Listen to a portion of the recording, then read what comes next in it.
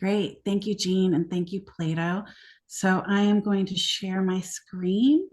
I just have some images that I will show throughout our time here. Um, I'm excited to be doing this, and I was just telling Jean that I get a little nervous. As much as we teach and facilitate, whenever in a new setting with a new audience, but there's some familiar folks here. So I will just step into it. So I teach at Ball State University. So, like some of you, my life is on the semester calendar. Typically, the spring semesters are more stressful than the fall, and many of us experience this. But this semester feels like it started at the level it usually takes until mid-March to reach. And so now, on April 4th, my reserves are low, teetering just above empty. So if you would, in the chat, give us, if we start our conversation tonight, give us a sense of where your fuel gauge is. If you could write that in the chat. And I'll see what our responses are. Oh, I don't see any responses yet. Oh, we have half full. Well, that's good. Medium to low. All right. Long stretch till the end of the year. Karen is stranded on the side of the road. We have running on empty. Yeah, I hear you, folks. Okay, well, I'd like to suggest that part of the reason, at least I'm feeling depleted, is the current political climate.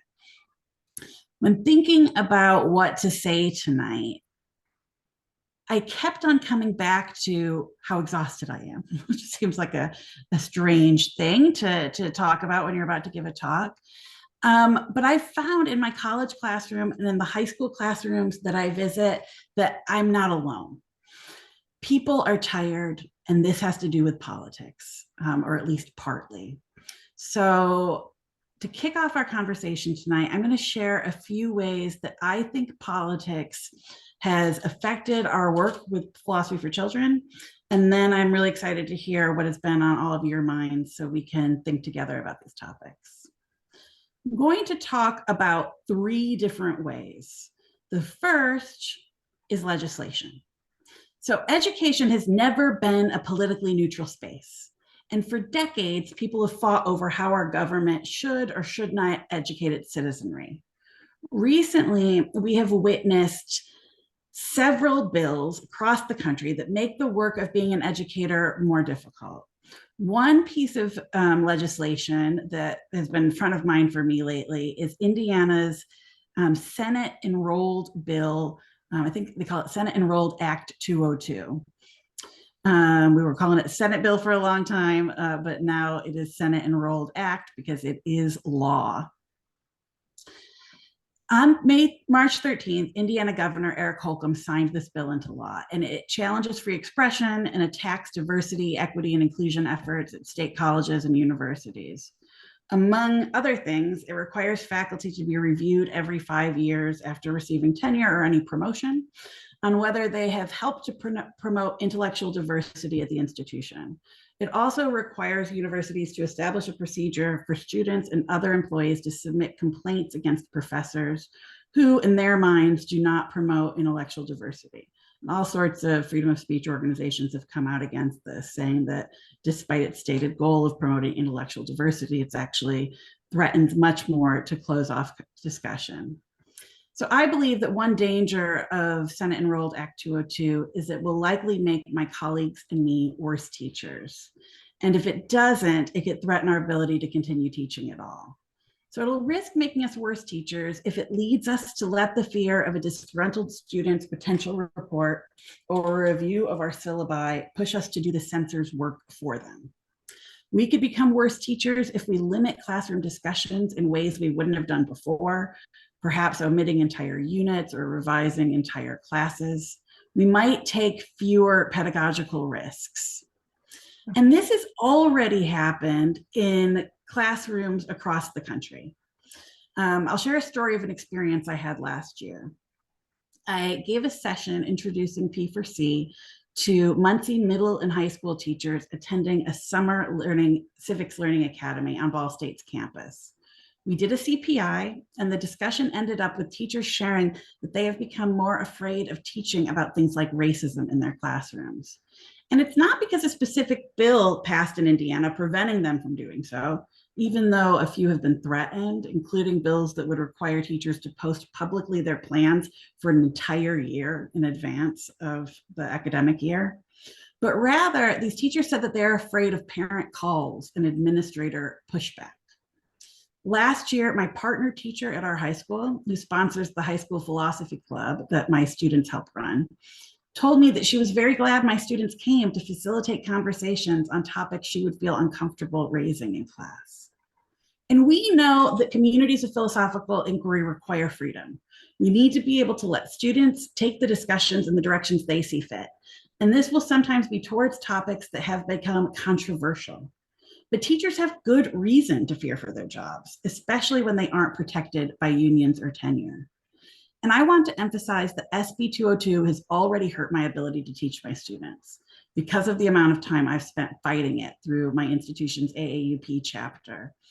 I've become exhausted, I've become demoralized, I've become upset with the administration for a perceived, at least, lack of support. Hours I could have spent working on my classes, my high school philosophy project, or with my cat. I have spent fighting a battle that extends far beyond Indiana and started well before this legislative session.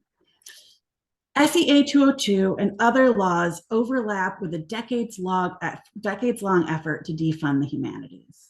This assault on the humanities has a lot to do with what our culture values. So this too is a pretty political issue. I believe ours is a society governed by a productivist logic. What I mean by productivist is that it values practices that increase productivity and profit and devalues practices that fail to do this. So it uses this market-based logic to understand all human relations. Everything should be run like a business. This has only gotten worse with time. In K through 12 schools, we see this logic manifested in the rise of school choice efforts and neoliberal school management practices, which crowd out the spaces to do things like philosophy. Under neoliberalism, students become consumers, people become human capital, market metaphors dominate. School management practices seek to streamline and quantify the educational achievements made by students using a market-like logic to regulate schools. They emphasize testing, school choice, and strategies that position teaching and education as an extension sometimes of benevolent and voluntary service rather than professional work. So overworking teachers far outside their working hours. In 2015, we remember Marco Rubio decisively alienated many of us, if we were in Florida, or this is actually when he was running for president, by suggesting that we need more welders and less philosophers. So we've had this move against the humanities that has been concomitant with a lot of the general attacks on public education. So I see these, of a piece. And the final aspect that I want to mention is the mental health crisis facing our students. And I see this as also of a piece with the others. So we're experiencing unprecedentedly high rates of depression and anxiety among teenagers and college-age students. I think that a lot of people say, well, we're diagnosing more, there's less stigma, students are seeking help. And I think all of that's true, but that cannot account for it.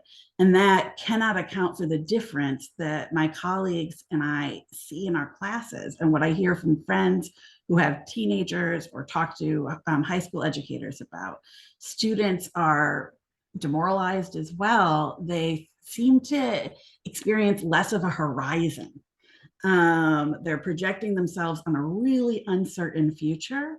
And I think a lot of this has to do with the political climate. They're anxious about issues that adults have been fighting over, like climate change. They're anxious and not feeling represented by political candidates and office holders. And they're, like many of us, are seeking something missing. And they can do this through quick dopamine fixes provided by scrolling through TikTok or mindlessly watching YouTube videos, getting a like on Facebook or an Instagram post, or hearing a new message alert. And so we all experience this.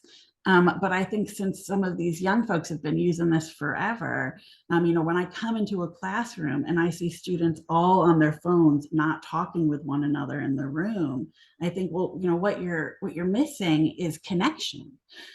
So with a lack of connection and anxiety about social issues, increased polarization, and feeling kind of demoralized about a political horizon, students are not doing well. And I don't think that we have the resources or the wherewithal to deal with this. And so it's these constellation of factors that have been, I think, that are certainly exacerbated by the political climate, if not all caused by it, or of a piece with one another. And so I thought this evening that I would have talking about how these topics come up or don't in P4C settings. And I'm happy to talk about that with you in the Q&A. And we've had these conversations with our high school club at Muncie Central, or in the site visits we do. Took one today, and we talked about racism at a school in Southern Indiana. But I kind of moved to this more global or macro moment because I wanted to think of what about the current political crisis is making this feel really a lot harder. So I will stop sharing my screen. And I am excited to see what you folks think about any and all, or just different topics. So thank you.